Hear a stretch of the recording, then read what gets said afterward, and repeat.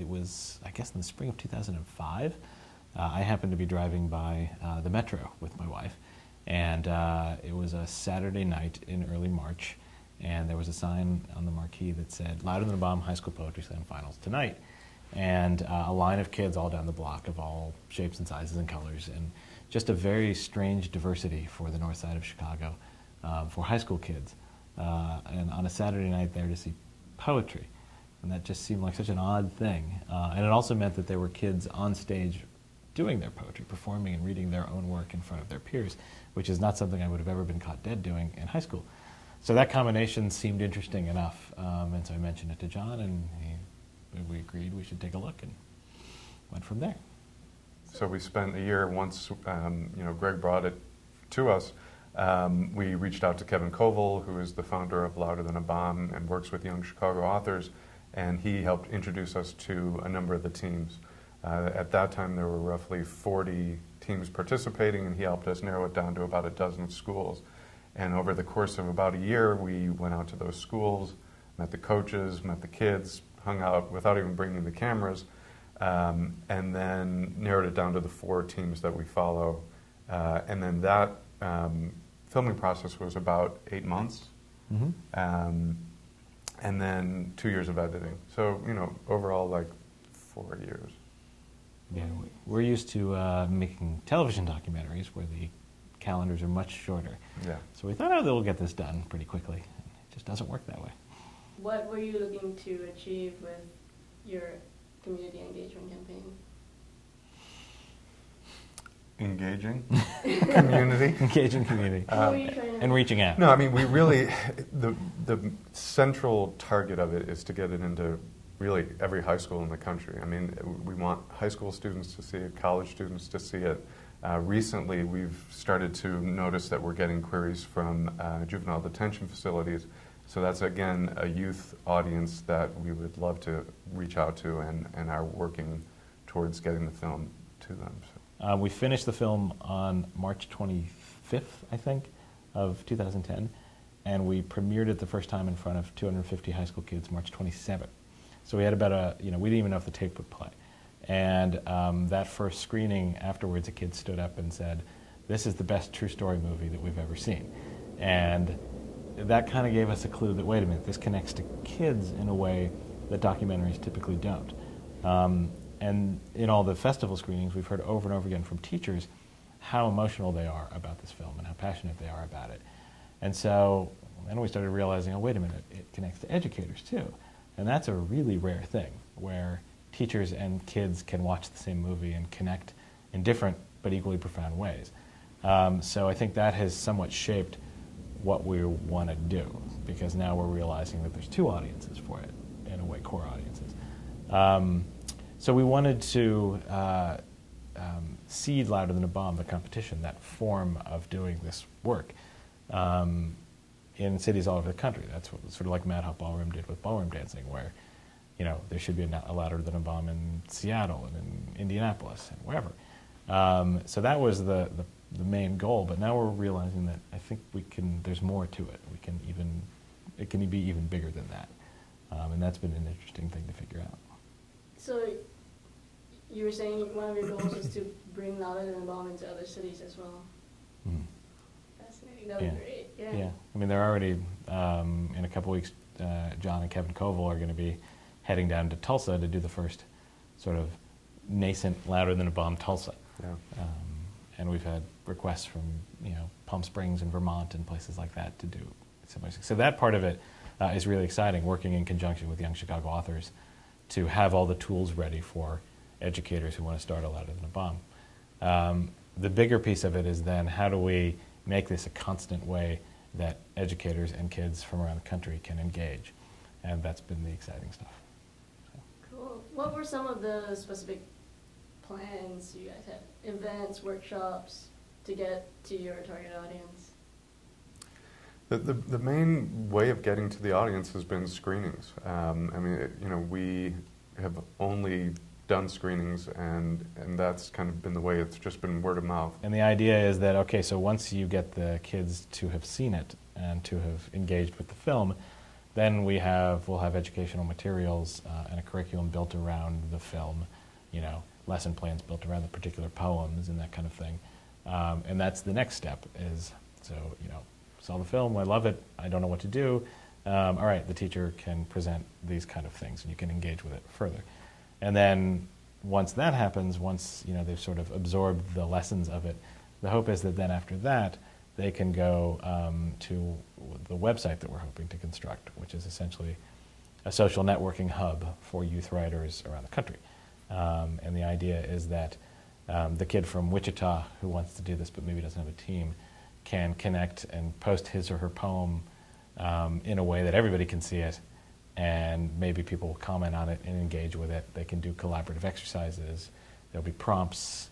There will be all sorts of fun things on the site for teenage writers, and there will also be a section for educators who are doing this work. They can exchange ideas. Here's what works. Here's what doesn't. And then a third section for the kids in the film who will constantly be able to kind of engage back and forth with the audience. So hopefully the thing will start to cycle where the passion that surrounds the film drives people to the site, which then brings them back to the film, and then it just kind of builds from there. There's a way of constructing a sort of, an easy social network, basically, called a Ning network. And the hope is that that will become the platform that we can construct this on in a way that's cheap but also exciting, basically. So we have somebody who's going to be getting to work on this very soon, and the hope is that we have it ready and launchable before the film airs on TV on the Oprah Winfrey Network this fall. So that adds one more layer to it, that we have the site already, we have a mass of kids who know the film and are into the film, and then it airs to this much bigger audience, and that will be the kickoff. So what would a successful community engagement campaign look like to you guys? Probably one that Cartemquin is doing. That's probably what it would look like.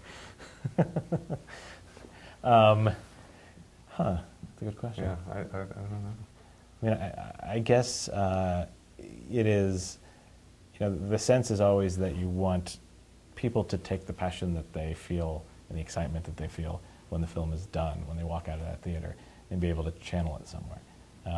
So I think that, because this isn't a change the world film, the most important thing to us is that sense of inspiration. People, no matter what their age or demographic, they leave the film inspired and hopeful, and they just want to get back involved. So it's not that we want to channel them specifically to one thing, but we just want them to be able to have outlets for that sense of excitement and inspiration. And I think because we're really focusing on teenagers, on high school students, and teachers, I think that combination of screenings and a very vibrant website, social network site, would be great. I mean, if that Youth Writer Hub is still around in 5 years, and it's the place that youth writers from the country know to go if they're 13 and they just want to get their voices heard, then that will be a successful outreach strategy. And that would be fantastic. And I do think that part of it is this partnership between the film and Young Chicago authors, and really hoping that, there are poetry slams all over the country, but I think Louder Than a Bomb has this unique team approach.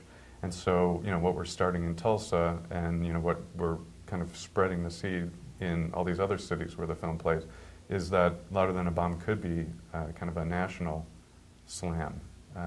And so that's another outcome that would be great to see, is their reach expanding.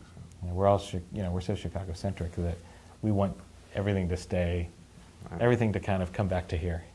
So, we want that sense that Chicago and Young Chicago authors are the real kind of the mecca for this kind of thing. And just like Chicago's always been, like it's the transportation hub, so it's going to be a youth writing hub too. Are you guys trying to collect any kind of data or any kind of metrics to measure specifically your success? Box office numbers would be good. But on top of that, we are collecting feedback from teachers, from students who see the film, but not, hard data at this point, just more kind of broad testimonial documentation. Yeah. Funders may be asking for that, and that'll be an interesting challenge. Figure out just what numbers measure success. You know, is it members on the Ning network, or is it how many people we screened it for? Right. You know, we've seen all sorts of ideas of this kind of stuff, and some of them are really exciting and interesting, and some of them feel like they're kind of just there because those are buzzwords, and it's hard to see what the real impact of these things are. Are they just things to be able to say you did these things? So I think one thing that we're really going to try hard to figure out is how, if there are metrics and measurements, are they measuring truly meaningful things, or is it just sort of, you know, so we have a lot of friends on Facebook, you know. What are your thoughts on like the power of the media to create social change? What have you seen? Are there any stories you'd like to share? Yeah, I mean, it's hard to say, you know, from Louder Than a Bomb, we're still right in it, but, you know, that sense from that first screening, you know, when that kid said this is the greatest true story movie we've seen, every audience has similar kinds of reactions. When we were in Palm Springs, one of the first questions was, you know, how do we do this? How do we start this in our school? So there is a sense that the film can be this great catalyst, ignition switch. And yeah, again, our hope is that all of this work can help, you know, give these kids a voice and you know, let the film do that work. And also let grown-ups see, in a very non-kind of judgmental or preachy way, the role that the arts and after-school programs and all the extras, the meaningless stuff that's been slowly zeroed out of the schools, Right. The kind of impact that it can have on students, the way it can be like, you know, Velcro for certain students, and just the thing that lets them stick. So that's a, you know, I think another real benefit that we can see. I mean, the great thing is so far we've, combining all this, we've been having a great time with it. And, you know, the response that we've gotten and the audience reactions and the sense of possibility is kind of addictive. And it's a very good thing because this can be a lot of work and sometimes it doesn't feel like it's going anywhere. But it seems like if you love the project, then it's absolutely worth doing.